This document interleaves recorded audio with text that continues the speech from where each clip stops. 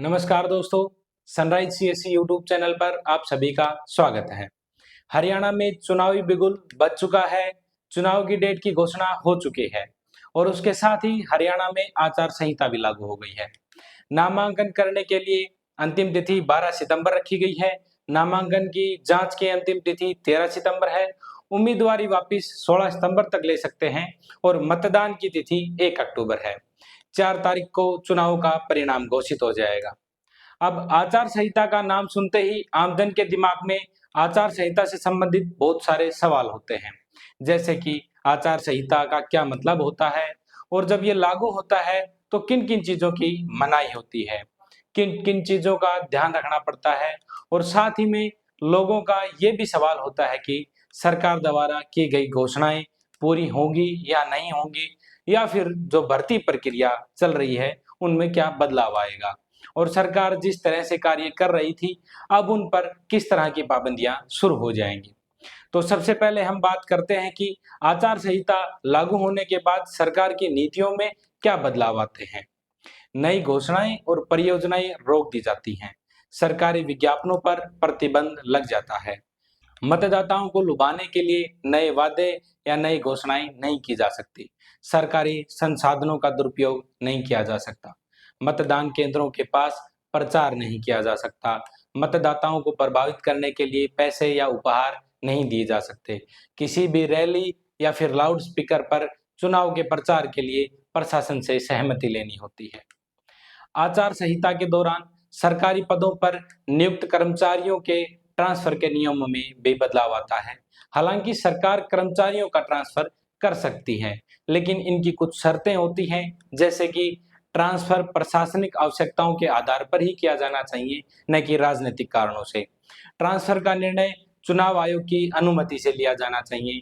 Transfer का उद्देश्य चुनाव को प्रभावित करना नहीं होना चाहिए। ट्रांसफर की प्रक्रिया पारदर्शी और निष्पक्ष होनी चाहिए।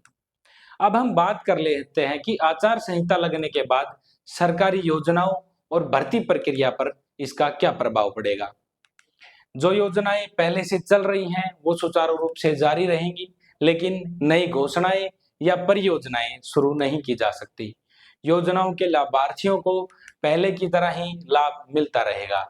योजनाओं के लिए आवंटित धन का उपयोग जारी रहेगा। योजनाओं के प्रक्रियाओं में किसी तरह का कोई बदलाव नहीं किया जा सकता। योजनाओं के प्रचार प्रसार पर प्रतिबंध लग जाता है, लेकिन योजनाओं के बारे में जानकारी देने के लिए आवश्यक सामग्री जारी की जा सकती है। किसी भी नए काम के लिए टेंडर पास नहीं होंगे। बड़ी मंजिलें बनने की अनुमति नहीं दी जाएगी। आचार संहिता लागू होने के दौरान बुढ़ापा पेंशन, विधवा पेंशन जैसी सामाजिक सुरक्षा योजनाओं का जो लाभ मतदाताओं को मिलता रहेगा, लेकिन नए पेंशन फॉर्म जमा नहीं होंगे और नए ही बीपीएल राशन कार्ड बन सकते हैं और नया आरएन लाइसेंस भी नहीं बन पाएगा।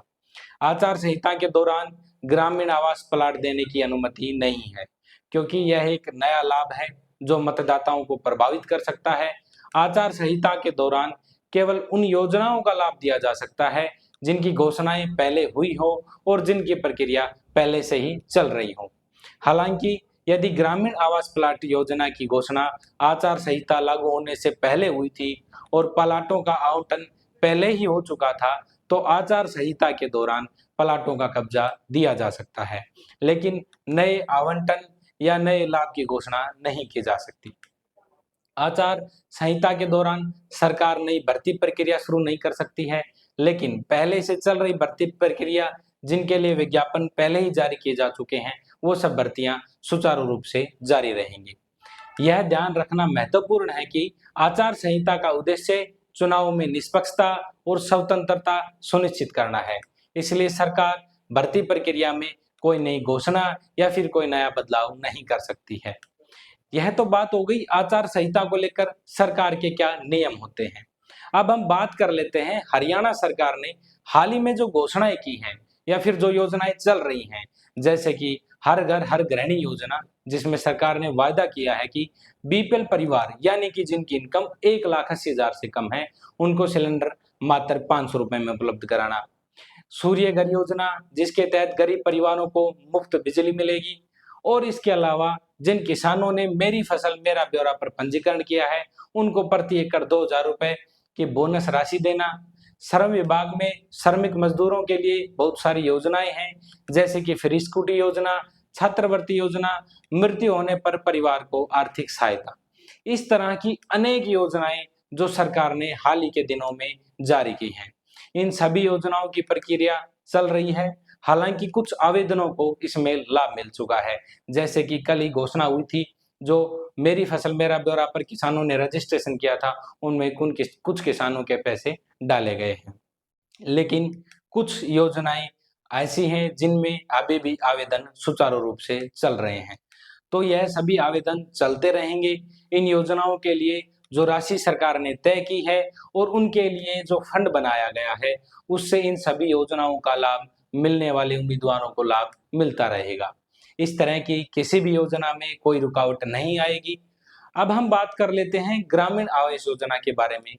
जो प्लाट देने का वायदा सरकार ने किया था, उसमें नियम के अनुसार उसकी प्रक्रिया सुचारू रूप से चल सकती है, क्योंकि उस योजना की घोषणा आचार संहिता लगने से पहले हुई थी। लेकिन आचार संहिता के दौरान नए प्लाट आवंटित नहीं किया जा सकते। उनकी जो फॉर्मेलिटियां हैं, जो उनके आवेदन का प्रोसेस है, उसको सरकार शुरू कर सकती है।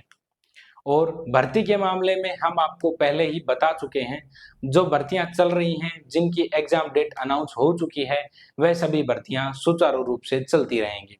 जो विद्यार्थी भर्तियों की तैयारियां कर रहे हैं, वह अपनी तैयारी को सुचारू रूप से जारी रखें और अपने एग्जाम समय पर दें। फिलहाल आज की वीडियो में इतना ही है। आप अच्छे से समझ गए होंगे कि आचार संहिता लगने के बाद आपके दैनिक जीवन में और सरकार की परियोजनाओं में आचार संहिता का क्या असर पड़ेगा। इन सब शब्दों के साथ हम अपनी वीडियो का अंत करते हैं। धन्यवाद दोस्तों।